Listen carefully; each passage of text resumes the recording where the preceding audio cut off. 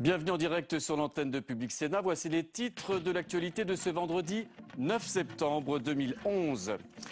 Bonsoir à tous. Le 11 septembre, 10 ans après, l'Amérique et le monde s'apprêtent à rendre hommage aux victimes des tours tragiques de Manhattan.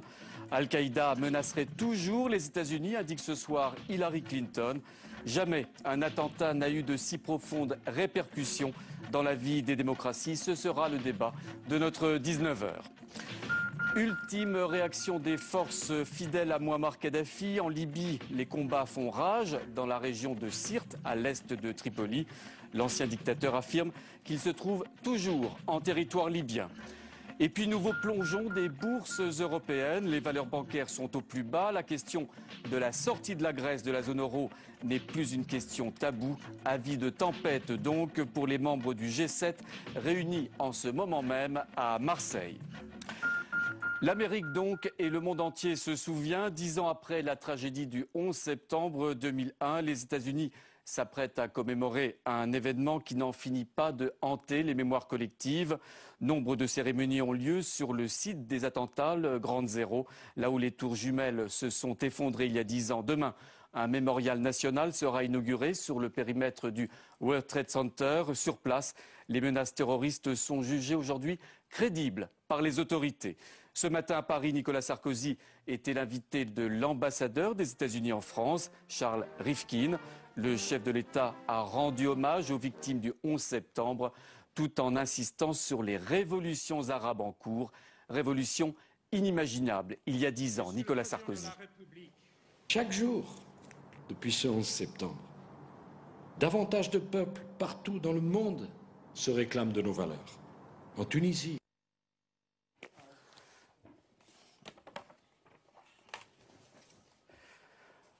Voilà, nous reviendrons dans quelques minutes sur ces anniversaires du 11 septembre avec nos invités. Alors justement, ces révolutions arabes en Libye, alors que l'on parle de la fuite de Mouammar Kadhafi, des soldats fidèles à l'ancien dictateur ont lancé une offensive dans la vallée rouge, cette vallée qui contrôle de la ville de Sirte, à l'est de Tripoli. L'ultimatum lancé à l'ancien leader libyen expire maintenant dans 24 heures. Le colonel Kadhafi fait désormais l'objet d'un mandat d'arrêt international. Cécile Sixou. Des tirs de roquettes, des obus de mortier, c'était ce vendredi aux abords de 2 des 3 derniers bastions kadhafistes. Il ne restait plus que quelques heures au soutien du guide libyen pour se rendre pacifiquement. L'ultimatum fixé par les membres du Conseil national de transition expirait ce soir. Mais les fidèles de l'ancien leader libyen ont pris de court les rebelles cet après-midi. Ils ont contre-attaqué dans la vallée rouge aux abords de Sirte et à Bani Walid. Objectif, empêcher l'avancée des anti-Kadhafi. Bilan des affrontements, un mort. Depuis quelques jours, l'étau se resserre autour des kadhafistes. Jeudi, les rebelles ont pris le contrôle de la vallée rouge et mis fin aux négociations pacifistes à Bani Walid. Ce vendredi matin, ils ont déposé un nouvel ultimatum. Ils laissent 48 heures aux pro-kadhafistes de l'oasis de Geoffroy, où se trouve un gros réservoir d'armes et de munitions, pour se rendre. Mouammar Kadhafi, toujours introuvable, est désormais traqué par Interpol. L'agence a lancé cet après-midi un avis de recherche international. Conclave sous fond d'inquiétude des grands argentiers du monde depuis cet après-midi à Marseille, une réunion du G7 en forme de casse-tête. Comment en effet relancer une économie atone au moment où les caisses des États sont vides? Un G7 qui se réunit au moment où les bourses européennes continuent de chuter lourdement en raison d'un nouveau plongeon du secteur bancaire. On apprenait dans l'après-midi la démission du chef économiste de la Banque centrale européenne, Jürgen Stark, en désaccord avec la politique menée par la BCE. Avis de tempête donc sur les économies de la zone euro. La situation de la Grèce inquiète de plus en plus et la sortie du pays du système monétaire européen est désormais presque ouvertement évoquée. Margot Briot. Je veux d'abord rappeler que les fondamentaux de la zone euro sont bons. Le ministre des Finances rassure, pourtant en Europe, les langues se délient et pour sortir de la crise grecque, certains n'hésitent plus à évoquer des traitements chocs. Pousser Athènes vers la sortie de l'euro, un tabou brisé hier par les Pays-Bas. Le ministre néerlandais des Finances appelle à sanctionner les pays incapables de se soumettre aux règles du jeu. Si un pays ne souhaite pas satisfaire aux exigences de la zone euro, alors il n'a pas d'autre option que de la quitter. Sortir de l'euro, une sanction, mais pour certains aussi, une solution. La Grèce pourrait dévaluer sa monnaie nationale et retrouver ainsi sa compétitivité. Ce qu'on oublie, c'est que ça coûterait très cher aux Grecs, qui pour le coup, déjà on leur dit vous n'allez pas pouvoir rembourser, alors là pour le coup c'est fini. On peut faire une croix sur ce qu'ils nous doivent. Hein. La garantie que les Finlandais veulent, ils peuvent s'asseoir dessus, jamais. Et ceux qui ont des intérêts dans le pays vont aussi avoir des problèmes. Donc il faut bien y réfléchir à deux fois. Ce n'est pas la solution magique. En France, on se borne pour le moment à réclamer une nouvelle gouvernance économique. Aider la Grèce, oui, mais à condition de transformer radicalement la gouvernance de l'Europe. Nous avons devant nous un énorme chantier qui est celui de la consolidation du gouvernement économique de la zone euro, et la France et l'Allemagne, vous savez, veulent y tenir toute leur part. Une gouvernance économique, pour le moment un slogan plus qu'une réalité. En attendant, la Commission européenne s'efforce de calmer le jeu sans réussir à rassurer les marchés. Delphine Girard nous a rejoint sur ce plateau. Bonsoir Delphine. Alors la situation de la Grèce a occupé une partie des débats ici au Sénat hier. Le Sénat qui a finalement adopté cette aide à la Grèce, 15 milliards d'euros sous forme de caution. On n'a pas parlé que de la Grèce évidemment, on a parlé surtout de l'ensemble du plan de rigueur présenté par François Fillon avec une mesure phare, en tout cas une mesure très discutée hier dans l'hémicycle, celle de l'augmentation des taxes sur les mutuelles. Oui Pierre-Henri, plus d'1 milliard d'euros, c'est ce que le gouvernement attend de cette nouvelle taxe sur les mutuelles. Autant dire que le gouvernement mise beaucoup sur le passage de 3,5 à 7% de cette taxe sur les complémentaires santé. Alors l'opposition sénatoriale est montée au créneau pour dénoncer cette mesure jugée injuste car les mutuelles risquent d'augmenter leurs tarifs et cela va se répercuter sur les ménages les plus modestes. Je vous propose d'écouter Yves Daudigny, c'est le sénateur socialiste de l'Aisne. Mesure incohérente, inefficace à terme, à l'encontre de toute ambition d'une meilleure organisation de notre système de santé, d'où cet amendement de suppression. Alors à gauche, les tentatives ont été nombreuses pour supprimer cette taxe. Et à droite, seul contre tous, c'est Alain Fouché, le sénateur UMP de la Vienne. Vous savez, c'est un proche de Jean-Pierre Raffarin qui a essayé lui aussi de faire supprimer cette nouvelle taxe sur les mutuelles. Le gouvernement, je le dis, Madame la Ministre, Monsieur le Ministre, doit s'attaquer aux revenus forts, plus de taxation sur les stocks options, sur les retraites chapeau, pour trouver des financements. J'ai défendu l'idée de cet amendement dans ma famille politique et je regrette qu'elle n'ait pas obtenu la majorité, mais c'est ainsi. Alors la réponse de Valérie Pécresse, ministre du Budget, c'était que les plus fragiles ne devraient pas être concernés par cette mesure car ils bénéficient de la CMU et donc d'une complémentaire santé gratuite. Donc tous les amendements ont été repoussés et vous l'avez dit, le texte adopté conforme. En tout cas, le texte a été adopté très rapidement par les sénateurs. C'est vrai que nous étions jeudi, jour traditionnel de départ des sénateurs vers leur département. Et puis c'est vrai, il y a la campagne sénatoriale à assurer également. Oui, tout à fait. Alors, mais la majorité avait pour ordre de ne pas modifier d'un iota ce texte. Effectivement, le gouvernement voulait aller vite. Officiellement, donc, c'était pour rassurer les marchés financiers en adoptant le plus rapidement possible le plan d'aide à la Grèce. Mais vous l'avez dit, officieusement, les sénateurs hier semblaient pressés de retourner dans leur circonscription. Ils sont en pleine campagne pour les sénatoriales. Un signe qu'il y a le feu à la Maison Sénat. Pierre-Henri, même Philippe Marigny, rapporteur général du budget ici, donc UMP, était reparti dans l'Oise pour un meeting. Il n'a donc pas assisté au débat de l'après-midi, car l'Oise, c'est un département dans lequel la gauche pourrait gagner des sièges. C'est vrai, Dieu sait si Philippe Marigny est assidu au débat parlementaire concernant évidemment les questions budgétaires. Merci beaucoup Delphine Girard de votre participation. L'actualité politique, c'est également les échéances présidentielles, bien sûr. Stéphane Rosès avec nous dans quelques instants.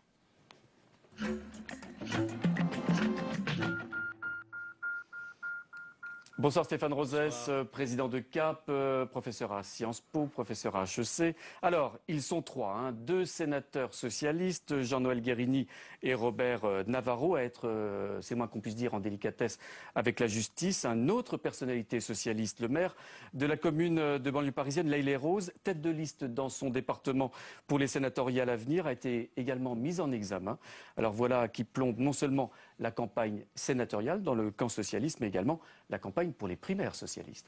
Oui, c'est tout à fait étonnant. Tout se passe comme si les dirigeants socialistes, au moment où ils aspirent que l'un d'entre eux prenne les rênes du pays, n'avaient pas pris la mesure de ce qui se passe dans le pays. La crise que nous traversons est économique et sociale, mais elle est d'abord morale. Après le sacre de Nicolas Sarkozy, ce qui lui est le plus reproché, d'un certain point de vue, c'est d'avoir abaissé la fonction présidentielle. Seuls 49% d'entre eux estiment d'ailleurs qu'il a la stature présidentielle et 2 Français sur 3 ne souhaitent même pas qu'il se représente à la présidentielle. Face à cela, le pays avait mis en avant un présidentiable, Dominique Strauss-Kahn.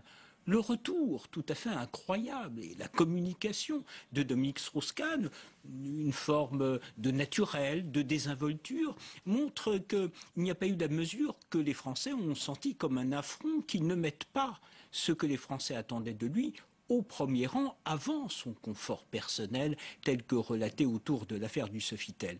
Tout ça indique que finalement les Français aspirent à se tourner vers un candidat ou une candidate dont ils puissent être sûrs que seul le service commun prévaut. Alors, on le sait bien, au départ, M. Guérini, sa fédération pèse énormément à l'intérieur des rapports de force du Parti socialiste. Mais, n'est-ce pas, le Parti socialiste aspire non pas à gérer des fédérations, mais à présider la France. Ce qui veut dire que tant qu'ils ne seront pas suspendus, tant qu'il n'y aura pas une position claire du Parti socialiste, eh bien, les présidentiables devront à nouveau, à chaque fois, s'expliquer sur leur conception de la politique et de l'intérêt général. Alors justement, Stéphane, on a entendu hier les propos très nets d'Harlem Désir, l'actuel donc patron du Parti socialiste, qui à l'évidence veut en finir avec l'ensemble de ces affaires, mais le PS ne réagit-il pas finalement un peu trop tard dans l'ensemble de ces affaires? Évidemment, il réagit trop tard. On se souvient que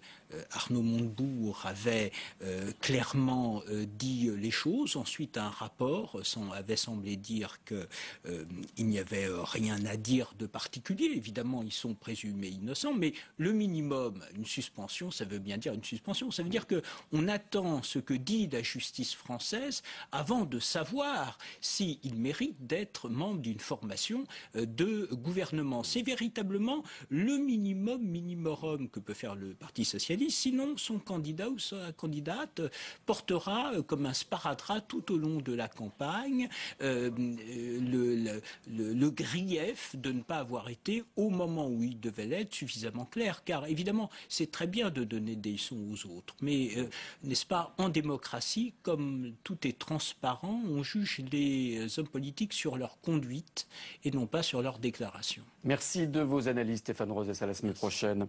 Une verte en gilet rose dans un kayak jaune, le tout sur les eaux bleues de la Méditerranée. Eva Joly, candidate écologiste à la présidentielle, eh bien, vous le voyez sur ces images, poursuit sa campagne au fil de l'eau.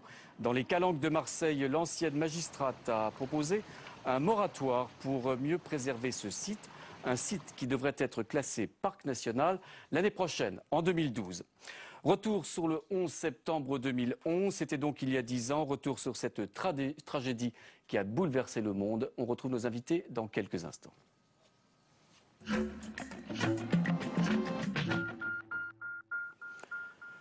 En effet, jamais sans doute un attentat aurait eu dans le monde de si profondes répercussions et conséquences. Les 2976 morts du World Trade Center ont changé l'Amérique, où désormais les lois sécuritaires ordonnent la vie quotidienne. Le Patriot Act, voté dans l'urgence quelques semaines seulement après ces attentats meurtriers, est toujours aujourd'hui en vigueur outre-Atlantique. Tam Tranui. 25 octobre 2001, 6 semaines après les attentats du 11 septembre, le Patriot Act est voté par le Congrès américain. Dans la peur, à une écrasante majorité et sans débat. Ce corpus de lois d'exception est censé s'appliquer de manière temporaire. Il restreint droits civiques et libertés individuelles au nom de l'impératif de sécurité. Certains articles se heurtent directement à la Constitution. Détention prolongée, écoute téléphonique, surveillance des livres empruntés à la bibliothèque, contrôle maximum dans les aéroports. Toute opinion critique est désormais considérée comme antipatriotique. La vie privée pèse peu face à la sécurité. Emblème de la brutalité de l'administration Bush, Guantanamo et ses fameuses combinaisons oranges. Sur cette île située sur le territoire cubain, tout est permis. Les détenus ne sont pas des prisonniers de guerre, mais des combattants hors la loi. À ce titre, la Convention de Genève ne s'applique pas. Les techniques des interrogatoires comprennent torture physique et psychologique. Janvier 2009, Barack Obama prend la place de George Bush Jr. Parmi ses premières promesses, fermer Guantanamo. Alors, 10 ans après, que reste-t-il du Patriot Act? Il a été reconduit d'année en année, mais certains excès ont été corrigés. Le président n'utilise ni pouvoirs spéciaux, ni écoute secrète. La surveillance électronique des personnes est contrôlée par les tribunaux. Les tortures sont interdites, mais Guantanamo reste ouverte. Privilégier les solutions qui préservent la liberté, tel était le projet de Barack Obama. Un projet difficile à appliquer tant les politiques craignent d'être taxés de laxisme en cas d'attentat. La rupture n'a pas eu lieu. Alors nos invités nous ont rejoints sur ce plateau de Public Sénat. Je vous présente Jean-Pierre Filiu. Vous êtes professeur à Sciences Po Paris et vous venez d'être l'auteur de ce livre, La Révolution arabe, 10 leçons sur le soulèvement démocratique, un ouvrage paru aux éditions Fayard. À vos côtés, Marc-Olivier Padis, rédacteur en chef de la revue Esprit. Vous êtes également vice-président du think tank Terra Nova. Alors on vient de le voir sur ces images, ce fameux Patriot Act qui règle désormais, j'allais dire presque la vie quotidienne des Américains. Ce Patriot Act a été renouvelé il y a très peu de temps, au mois de mai dernier, par le Congrès. C'est-à-dire qu'aujourd'hui, eh bien, le peuple américain préfère sa sécurité à une liberté plus grande. Oui.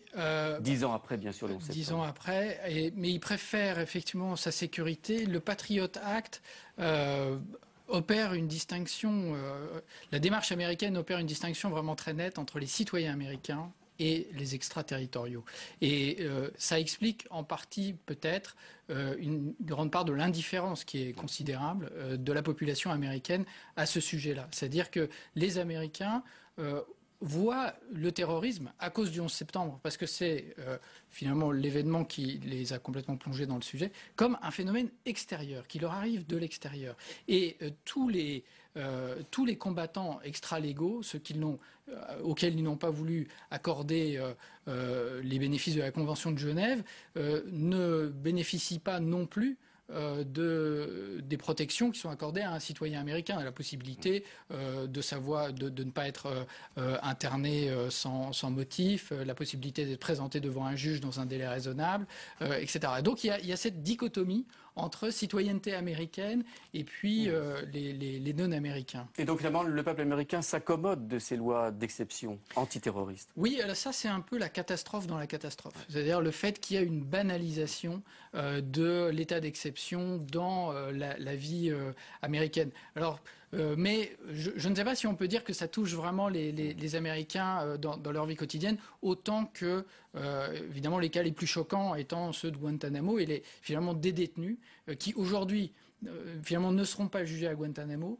mais qui ne peuvent pas non plus être présentés devant un juge américain. Et là, on peut se demander aussi s'il n'y a pas une sorte de fatalité du rôle présidentiel, parce qu'on voit malgré tout une continuité entre Bush et Obama, malgré les efforts d'Obama pour se dégager du Patriot Act et fermer Guantanamo. Il y a aussi des conditions institutionnelles qui font qu'il est l'héritier de la position du président de la République, du président américain, et qu'il a du mal à s'en défaire. Il est remarquable de constater également que l'ensemble de ces mesures sécuritaires n'ont finalement pas fait l'objet de débats publics.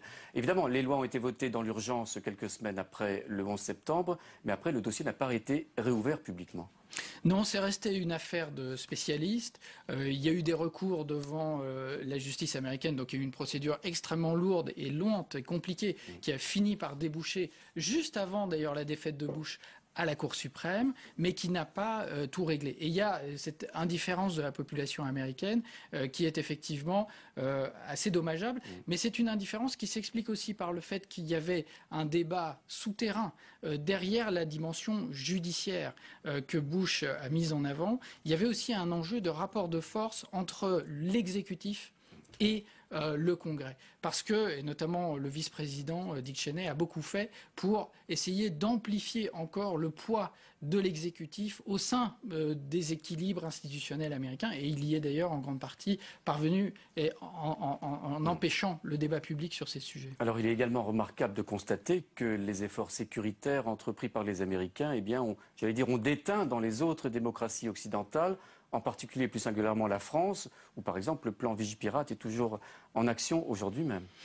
Ils ont déteint dans l'ambiance générale, mais en même temps, ils ont creusé un écart entre l'Europe et les États-Unis sur la question de la gestion du terrorisme. Parce qu'il y a eu une réaffirmation de la voie européenne dans le traitement de ces sujets-là. Parce que les pays européens, justement, ne considèrent pas le terrorisme comme un facteur exogène. Ils l'ont vécu depuis longtemps comme un facteur endogène, et notamment, par exemple, l'Allemagne et l'Italie, qui ont été confrontés au terrorisme d'extrême gauche, ont depuis longtemps réfléchi sur comment traiter du point de vue légal ces phénomènes terroristes sans renoncer disons aux grandes règles de l'état de droit, et ont trouvé un équilibre qui est assez bon. Et la France a été confrontée en fait depuis le milieu des années 80 à des phénomènes de terrorisme, et en fait on n'a pas vécu, disons, un tel bouleversement juridique aussi important que ceux des États-Unis, mais il y a des choses comme par exemple le passeport biométrique, effectivement là qui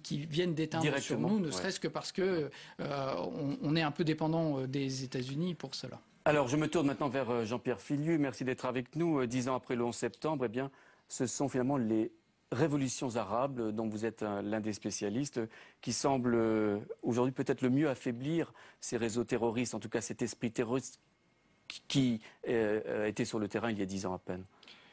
Il est clair, avec un peu de recul, que si Osama Ben Laden a été tué dans la nuit du 1er au 2 mai dernier au Pakistan, en fait, il avait été littéralement enterré par les soulèvements des peuples de Tunisie et d'Égypte qui avaient privé son organisation de discours comme de programme.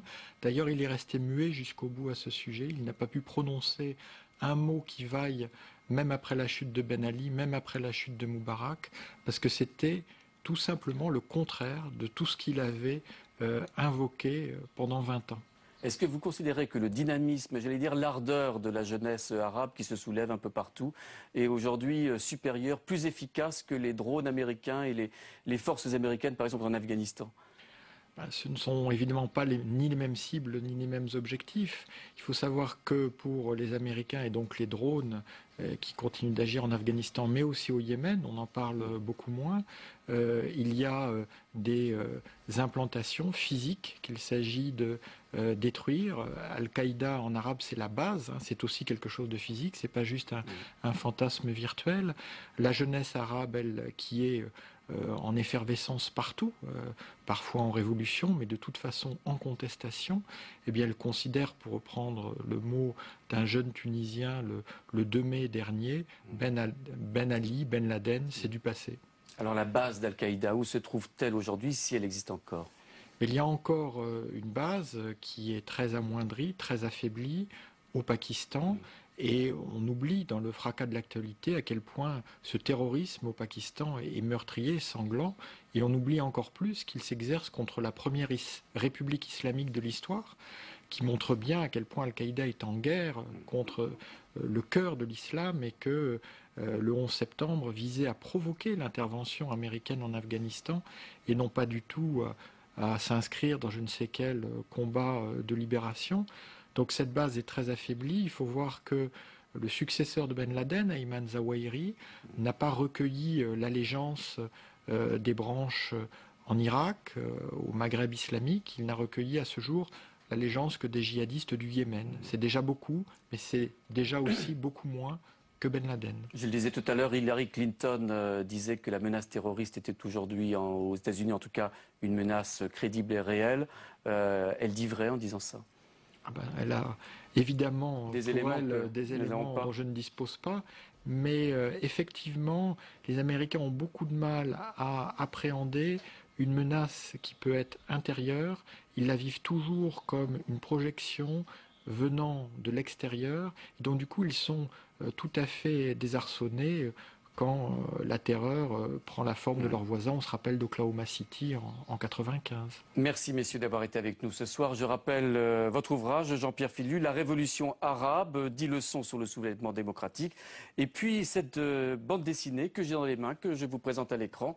Il s'agit de l'histoire des relations entre les États-Unis et le monde arabe après-guerre. Et ça remonte même jusqu'à l'Antiquité avec de magnifiques illustrations. Il y aura une suite. Merci d'avoir été avec nous. C'est la fin de cette édition. À suivre un focus. Pierre Bond-Joseph est allé suivre le sénateur Pierre Hérisson, l'un des spécialistes du dossier des gens du voyage. Très bon week-end à tous. Merci.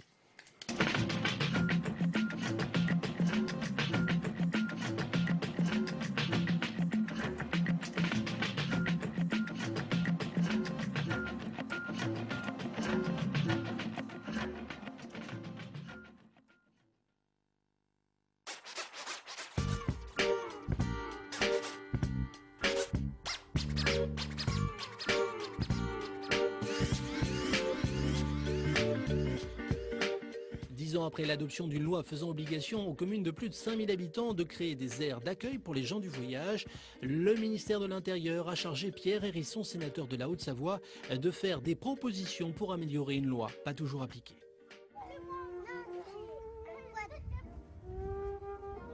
On va prier le Seigneur Jésus. Seigneur, nous voulons te dire merci en cette matinée, en cet après-midi, Seigneur Dieu. Merci, Seigneur, pour les âmes qui sont données à toi, pour celui qui a reçu ta parole dans son cœur, Seigneur Dieu. Veuille le bénir, le protéger, Seigneur Dieu, qu'il puisse progresser avec toi. C'est le plus grand rassemblement des gens du voyage. Une fois par an, les évangélistes garent leur caravane sur ce terrain de 100 hectares qui leur appartient. Jusqu'à 30 000 personnes se réunissent près d'Orléans. Pierre Hérisson ne manque jamais cette retraite spirituelle, l'occasion pour lui de sonder l'âme des nomades. Notre liberté se perd chaque jour. On ne peut plus stationner comme on veut, on ne peut plus voyager comme on veut, on ne peut plus travailler comme on veut, parce que le travail est lié à notre stationnement. Pas stationner, c'est plus travailler, c'est plus éduquer nos enfants. Et dans sa fête, on recule au lieu de progresser.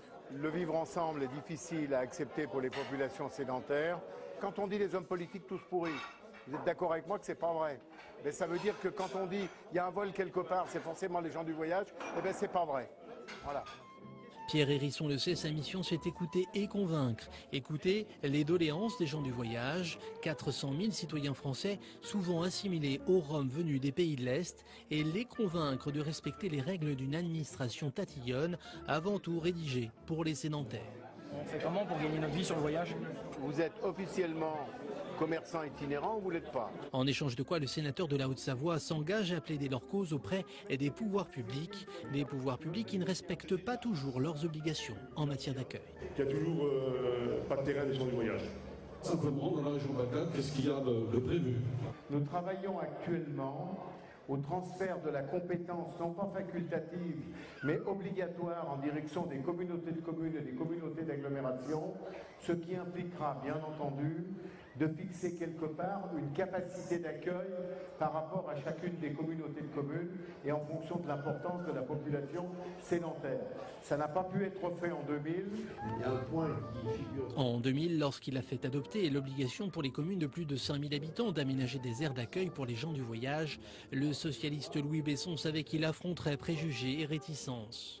Le matin même de cette réunion annuelle, un député a déposé une nouvelle proposition de loi, énième coup de boutoir contre la loi Besson. La construction des aires d'accueil, oui, est facultative, donc ça veut dire qu'on remet en cause le système. Et deux, que le financement est à la charge, à trouver la formule, à la charge des gens du voyage. Comme ça, on a à peu près réglé de manière assez rapide. Alors, vous avez, écoutez, si vous êtes d'accord, on va en rire ensemble, puis on va s'arrêter là. Je suis inquiet en permanence parce que les propositions de loi comme celle que M. Hérisson vient de nous annoncer, c'est monnaie courante. Régulièrement, un certain nombre de parlementaires, députés, sénateurs viennent à la charge pour essayer de minimiser finalement les droits des gens du voyage. La loi Besson, si vous voulez, on est à mi-chemin. C'est-à-dire que la discussion générale de la loi de 2000 faisait ressortir un besoin de 40 000 places. On est aujourd'hui à 20 000, un peu plus de 20 000. Il reste 20 000 places à construire. Il faut les construire. Parallèlement à ça, il faut ouvrir la loi à des dispositions permettant la semi-sédentarisation ou la sédentarisation.